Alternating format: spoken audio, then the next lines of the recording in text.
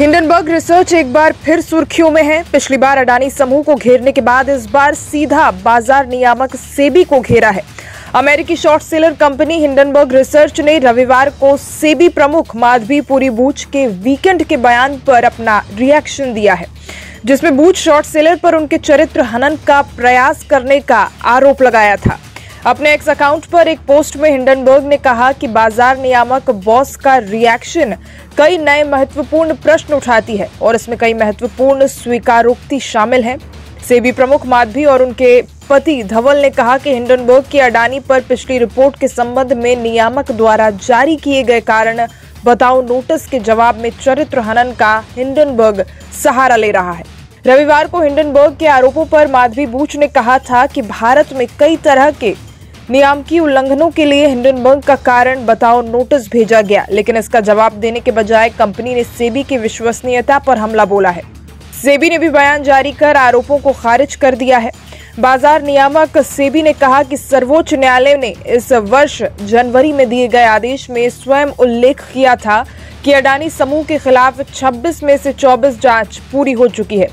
सेबी ने कहा कि मार्च में एक और जांच पूरी हो गई थी, साथ ही अंतिम जांच अब पूरी होने वाली है। नियामक ने कहा कि उसने अपनी जांच के तहत जानकारी मांगने के लिए 100 से ज्यादा समन, करीब 1100 पत्र और ईमेल जारी किए हैं। करीब 12,000 पन्नों वाले 300 से अधिक दस्तावेजों की जांच की गई है। उधर सेबी प्रमुख माधवी बूच ने कहा कि इस संबंध में सभी आवश्यक खुलासे पिछले कुछ सालों में सेबी को दिए जा चुके हैं। हमें किसी भी सक्षम प्राधिकार के समक्ष कोई भी वित्तीय दस्तावेज, यहाँ तक कि सभी वित्तीय दस्तावेजों का खुलासा करने में कोई हिचकिचाहट नहीं है। उन्होंने साथ में ये कहा कि ये दुर्भाग्यपूर्ण है कि हिंडनबर्ग रिसर्च, जिसके खिलाफ सेबी ने प्रवर्तन कार्रवाई की है और कारण बताओ नोटिस जारी किया है, उसने जवाब देने के लिए चरित्र हनन का प्रयास करने का विकल्प चुना है। हिंडनबर्ग ने पहली रिपोर्ट में लगाए थे ये आरोप। हिंडनबर्ग की ओर से शनिवार को जारी की गई रिपोर्ट में दावा करते हुए कहा गया था कि विसल ब्लोअर दस्तावेजों से खुलासा होता है कि माधवी बूच और उनके पति धवल बूच ने 5 जून 2015 को सिंगापुर में IPI प्लस फंड 1 के साथ अपना अकाउंट खोला। इसमें दंपति का कुल निवेश $10 मिलियन आंका गया।